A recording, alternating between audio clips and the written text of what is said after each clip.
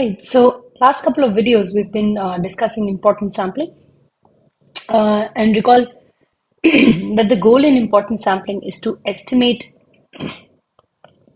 theta, which is the expectation of a function h, where x is from our some distribution f. And if this is sort of a little confusing, then you can just think of this as this integral f of x, h of x, f of x dx, right, over the support of f. And we've been going over the simple importance sampling methodology, where the idea is that we choose a proposal distribution or the importance distribution from which we propose values. So we get, Z1 up to Zn, which are going to be IID samples from a proposal distribution G. And then we use these samples that we've gotten and construct a weight, and then take a weighted average of these samples applied to H. Right? So we've been doing importance sampling so far. Now, the natural question that you would have, that you'd like an answer to, is how do you choose G? How do you choose the proposal distribution G? The results that we've done on importance sampling, particularly the unbiased nest results, are hold irrespective of the choice of G. And so really the idea in choosing G, or how do you choose an importance or proposal G, is you might want to choose it in such a way that the first holds true, which is the fact that the sampling from G is relatively easy. So recall, we are trying to obtain samples from this distribution G, and we hope that sampling from this is easy enough that we can actually do it many times. Further, we ended the last video discussing the variance of the simple importance sampling estimator, which is sigma squared G by n. And we hope that this sigma squared G by n is small, or at least smaller than what we might get when we were doing Monte Carlo or simple or regular Monte Carlo, right? So that is to say that we would like the variance of the simple importance sampling estimator to hopefully be even better than a regular or simple Monte Carlo method. Right? This is our idea, and we'd like to choose proposals that satisfy both of these properties. Now, one important reason to use importance sampling is exactly the second point over here, is that it is possible to obtain smaller variance estimators than the original Monte Carlo estimator. Again, our target object is integral h of x, f of x dx. Okay, so you would think that you can get samples from the target distribution f, and then take the sample average of h of x, and that would be the best estimator. But as it turns out, that is not the best estimator of this integral. So for example, if we choose, and the way we might do it is we might want to choose G such that sigma squared G is minimized, where sigma squared G, remember, is variance of HF by G when the sample Z is coming from G itself. Now, the variance of this quantity is nothing but the second moment minus the square of the first moment. So we get this to be equal to the second moment minus the square of the first. And the second moment is nothing but integral of h of z squared, f of z squared, g of z squared, gz dz. 1g cancelled. We did this last time. So I've just written this down, and this is A. Right? I'm going to call this as A. So this means that for the above, for sigma squared g to be small, for this quantity to be small, we would like A to be as close to theta square as possible. The larger A is, the closer A is to theta square, so the smaller it is, the better it's going to be. But what type of proposal G would give us the best estimator here? Okay, the best variance here, because we know smaller variance is better, smaller variance we like. So what type of estimator proposal should we take?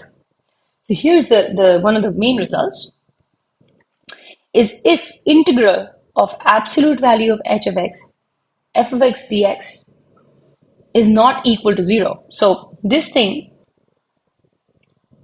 is expectation under f of absolute value of h of x, right? So if this expectation is not equal to 0, then the density G star that minimizes sigma squared G is G star Z is absolute value of h of z, f of z divided by this quantity here. Okay, so this quantity is just the value that makes sure that this is a valid density. Okay, so the density G star that minimizes the variance over all other possible variances from all other possible proposals is this particular G star. Okay, so how do we show this result? So we will show the result based on the second moment. So we will show that the second moment of the importance sampling estimator is minimized. Right? So we will show that the second moment of the importance sampling estimator is the smallest it can possibly be amongst all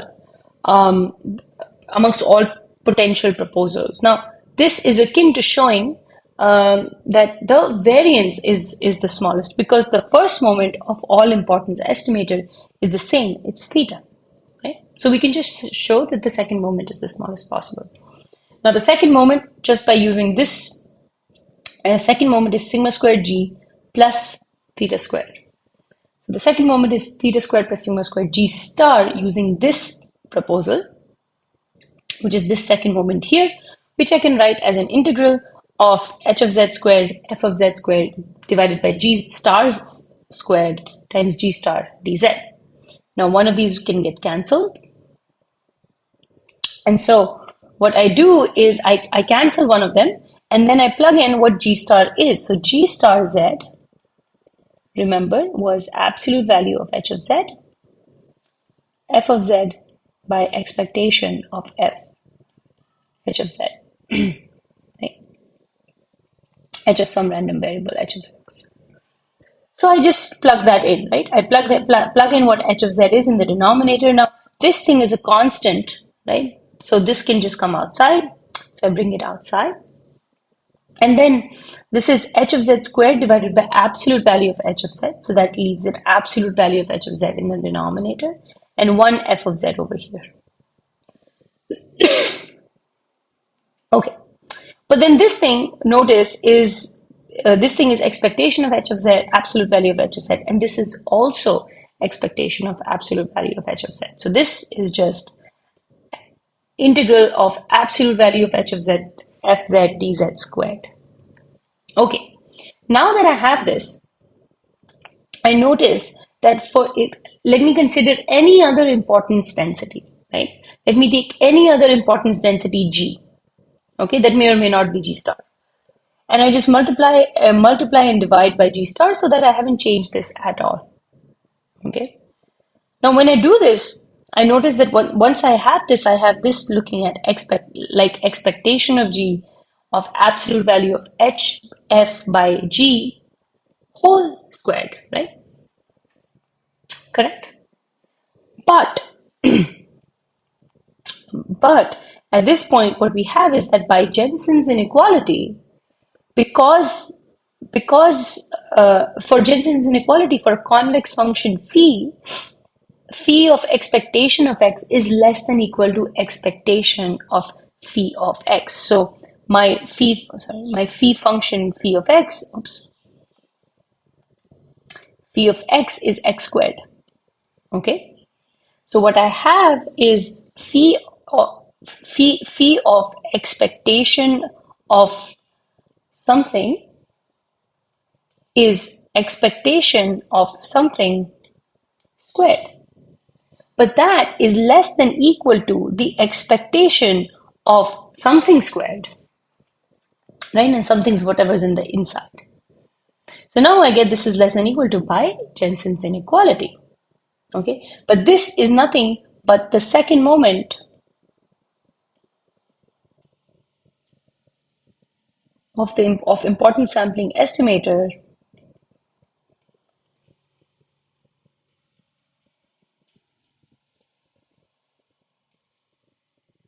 from proposal G. Okay, and that becomes this. right? So for any generic proposal G that we introduced in this step here, we've shown that sigma squared G star is less than equal to sigma squared G. Now, since this is true for all G and we chose our G arbitrarily, this implies that G star produces the smallest sigma squared G star. G star being the being this particular proposal density over here. Okay. Further, if it produces the estimator with the smallest variance, a natural question to ask is, what is the variance for this particular G star for any function h? So note that sigma squared G star is this variance of G star of this quantity.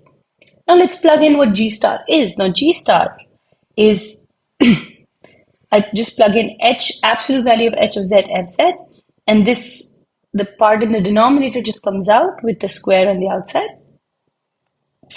Okay, but now, I guess I've just repeated this. Now what you notice is this and this can get cancelled in this step. And now I just have variance of h of z by absolute value of h of z. So this is just some constant, right? This constant times variance under G star of h of z by absolute value of h of z. Now, let's consider the situations when absolute value of h of z is, the absolute value is redundant, in the sense when h of z is already positive. So if h of z is already positive, then I have that this variance is 0. Because if h of z is positive, then under this situation, I get this is equal to my constant times variance of 1, which is 0. Right? Because variance of 1 is not a random quantity, so variance of 1 is 0. So if h of z is positive everywhere for all z, or h of z is negative for all z, because if it's negative for all z, then I could have a constant quantity times variance of -1, which is also equal to 0. Right? So if h of x is either positive for all z or negative for all z, we get that sigma squared G star is in fact equal to 0, as in we have the perfect estimator. Our estimator has no variance at all. So let's take a look. Consider estimating the moments of a gamma, alpha, comma, beta distribution, right? So again, the same thing that we wanted to do before. But before, what we did is we constructed an exponential proposal distribution, right? We constructed exponential lambda for this gamma, alpha, beta, right? But here, what will happen is we'll construct instead the optimal proposal for this particular problem. The optimal proposal, so notice that h of x is nothing but x to the power k, because we're interested in finding the kth moment. Okay, so I have, and also x is defined on the positive. So I get g star x is proportional to absolute value of h of z times f of z. And this is x to the power k times the PDF. Now there's some constants associated with it that I've actually absorbed in the proportionality here. Okay.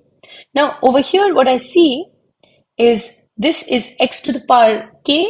The absolute value is useless. So I can write this as x to the power k plus alpha minus 1 e to the power minus beta x. So x to the power alpha plus k minus 1 e to the power minus beta x. So the above now, what you notice is that I get that, z of g star z is proportional to this quantity here. This is what I've gotten. Now the question you might be wondering is, well, what is this proportionality constant? I need to find it. Turns out you don't need to find it, because whatever that constant is, it is unique.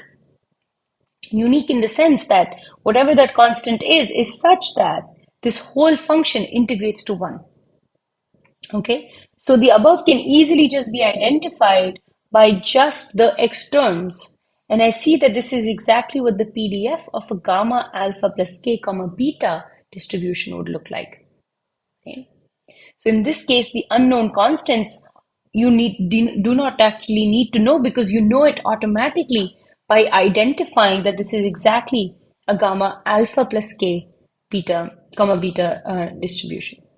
So the optimum importance distribution is gamma alpha plus k comma beta, and in this case, because h of z, absolute value of because h of z is greater than 0 for all z, because z's are all positive, the support of gamma is all positive, the true variance in this case of the estimator will be 0, and in practice also it'll be very, very close to 0. So we can do this again. I set my seed, I create my importance gamma function, which calculates the importance sampling estimator. Okay, the number of samples I'm going to draw is 1000. Alpha now is 4, beta is 10, and the moment I want to estimate is 2. So k is equal to 2. Okay, and imp dot alpha is the importance sampling alpha, or the importance sampling shape parameter, which by default is alpha plus moment that's been defined in the function. Okay, now in this, what I do is I will get, instead of actually getting just the mean, because I also want to see what the variance turns out to be. So instead of just getting the estimator, I'm going to return all the f. This will return all the f of z t, h of z t, g of z t values. Okay. So now I draw my proposal importance samples. So these are going to be from R gamma. Shape is the imp alpha, and rate is exactly beta. So that's what I assumed in my proposal, optimal proposal over here. Right? And fn dot value, so this thing over here is draw to the power moment. So moment is 2, for example, by default, times, so this is h, the function h of z. This is f of z divided by g of z. And finally, return the vector of all the values of these numbers that we will get. So I set n to be equal to 10,000, and the important samples are going to be drawn from this using the above function, where I set imp dot alpha to be equal to 4. Okay, so I set this to be equal to 4, and this 4 is not equal to alpha plus k. Right? So this would be doing, in fact, it is equal to alpha, and so this is doing IID Monte Carlo. Right? So this is what we would be doing if we didn't know about importance sampling, is we would be sampling from the target distribution and taking a sample mean. Okay, so the mean of all of those samples is 0.200, which is kind of what it should be. It should be close to that value. And the variance of all of those. So now remember what we've gotten in imp underscore samp, we have gotten sequence of values of h of z1, f of z1 by g of z1, going up till h of z capital N, f of z capital N divided by g of z capital N. Now sigma squared g is nothing but the variance of one of these objects, right? And I have multiple replications, multiple sort of n different realizations of these objects. So if I just do a variance of this imp dot samp, I will get a sample variance of all of these quantities, which should estimate sigma squared g. So this estimates sigma hat squared g is what this is going to estimate.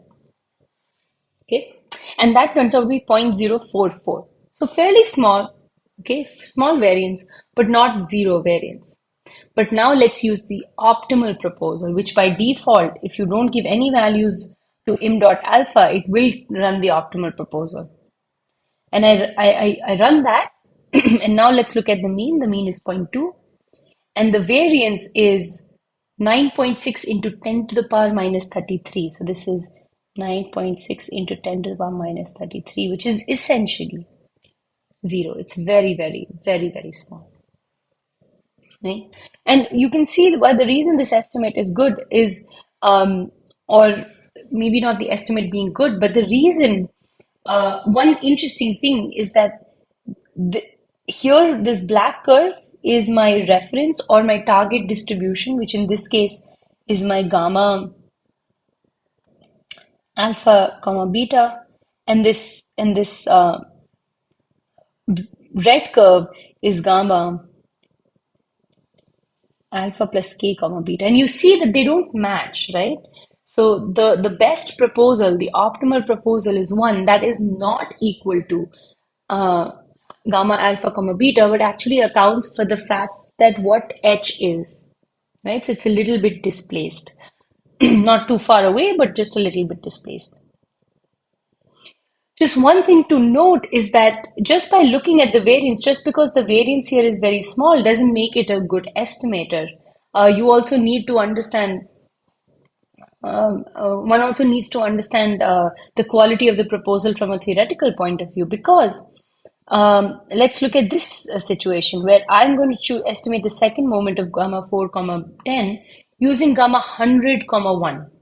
Okay, so that's a really different proposal, maybe not so good. And I draw my samples and I obtain the mean. Now notice that the estimate is horrible, right? It's a horrible estimate because this value should be around 0.2, but this is almost 0. But even the variance is very, very close to 0. It's really, really small. This estimator in general is not very good. The reason it's not good is because of this. Is in this run that I just showed you, the reference or the target distribution is this, and the importance distribution is this in the red curve, right? So all of the samples from this distribution are sampled from here, proposed from here, and the weights associated with all of these samples, remember the weight, WZT, is f of ZT by G of ZT. Now G of ZT is really large because these red curves, this red curve has large values at all the points where G is giving you a sample. But under the target distribution here, these values are very, very small, are extremely, extremely small. Because look, the density function is so close to 0 in these values, right? And so these weights are very, very close to 0, which is also why the mean estimate is really, really, really bad. Eventually, a value here will be proposed, eventually meaning maybe once in every 10 million draws from this distribution. And when that is proposed, it will be given a massive weight that will quickly correct for all of the small weights here. But that hasn't happened in 10,000 draws in this particular example. All right. So just something to keep in mind that the variance is not going to be the only thing that one looks at in these situations. Okay, let's look at another example of an optimal proposal, but not optimal in the same way that we've just done the theorem for. Okay, so let's understand this example. So let h of x equal x, as in our function whose expectation we're interested in estimating is just the identity function, and let f of x be the density of a standard normal distribution. Okay, so our target density is a standard normal. We are interested in estimating the mean of this standard normal. So we're interested in expectation of f under h, under h of x, which is just the mean of this distribution. Okay. Now we know that in this case, the universally optimal proposal is this thing over here, right? We've just done a theorem for this. But now this doesn't look like any known distribution. We don't know what this might look like. So it may be quite challenging to draw samples from the above distribution. right? Maybe quite difficult. But in order for important sampling to be useful, we need not actually find the optimal proposal, the absolute best proposal. We just need to find a proposal that is more efficient than sampling from the target distribution f of x, right? So we need not find the optimal proposal as long as we can find a more efficient proposal than sampling from the target. Once we identify this, we then say, okay, we can't propose from this. So let's fix a family of proposals from which we want to sample from. And let that family of proposals be normal 0, comma sigma squared. Right? So my family is normal 0, comma sigma square is positive. So I now need to understand what type of values can sigma square take so that using this proposal will be better than doing IID Monte Carlo for which sigma squared is 1. Okay. So now we'll see that the variance of the importance estimator takes this particular form here. Now, what we'll do basically in this problem is we will find the expression for sigma squared g for let me say using normal 0 sigma squared. Okay, and then we will minimize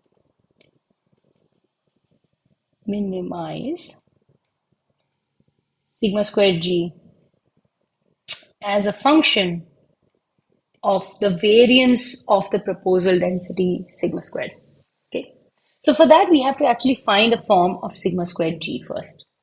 So sigma squared g is the second moment minus the first moment squared, but the first moment actually is just standard normal, so it's just theta is actually just 0, right? So that means I don't need to write this minus theta square. I don't need to write that. So now I can actually plug in what this looks like. So let me zoom in a little bit. So what I get is I can write down what h of x squared is, which is just x squared. And I'm going to write down what f of x squared by g of x is. Now, I've done that in like a few fast steps. Over here, f of x squared by g of x can very simply be written as e to the power x squared by 2 sigma squared minus x squared. Okay. And once I have that, so please convince yourself how that calculation comes about. I keep this part over here. I take sigma to the outside. Okay, and then I pull out x squared by 2, right? Minus x squared by 2 on the outside common, which means I am left with 2 from here and a minus 1 over sigma squared from the first term. Okay. Now what I note is that this thing over here looks very similar to how a normal distribution would look like, the density of a normal distribution would look like, except there is this thing in the multiplication factor. So if I consider a normal distribution with mean 0 and a variance 1 over 2 minus 1 by sigma squared, then this would be the form of the PDF in the exponent, right? And all I need then is the whole form of this PDF would actually be 1 over square root 2 pi times the variance, the standard deviation in the square root. So that would be go in the denominator. From the denominator, it will go in the numerator because it's 1 divided by. So it will be 2 minus sigma to the minus squared. E to the power minus x squared by 2. Then 2 sigma squared, and that the sigma squared meaning the variance of that, and that goes up, and so this becomes 2 minus sigma half squared, right? So this is what this PDF would turn out to be, right? And because this is what the PDF would turn out to be, all I'm missing here is this particular term. Right? Everything else is already over here in this expression. So what I do is I divide by this term so that it gets multiplied over here. Oops. So that gets multiplied in here to give me the density of a normal 0 to 2 minus sigma to the power minus 2 whole to the power minus 1. Okay. So dividing by this value helps me write this as a PDF. But this is a PDF of a normal only if this quantity, this variance quantity, or this quantity is positive. If this quantity is not positive, then it's not a PDF.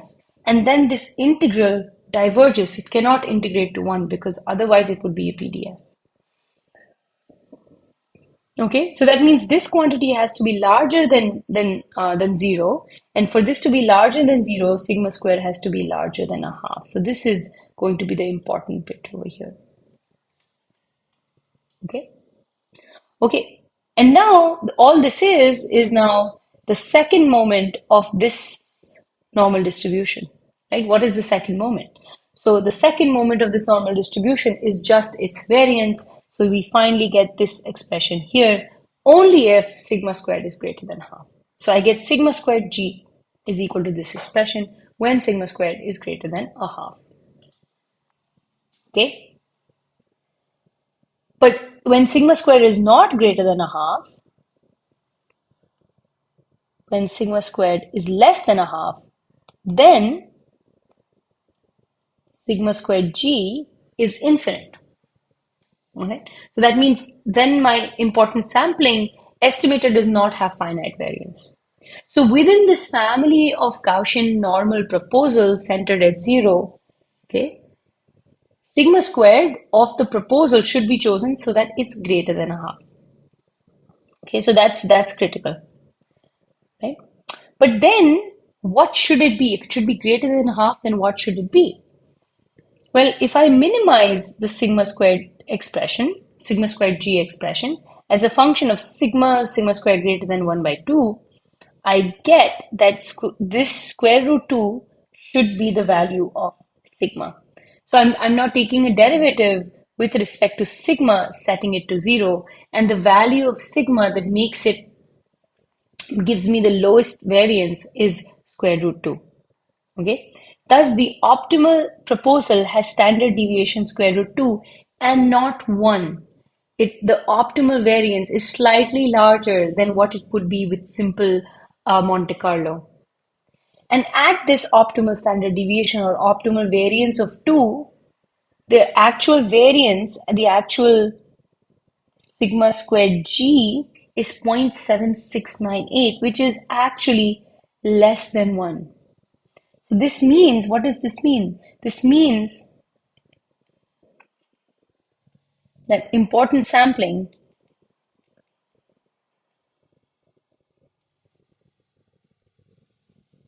is better than Monte Carlo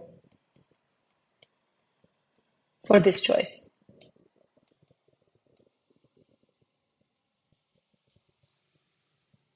Okay.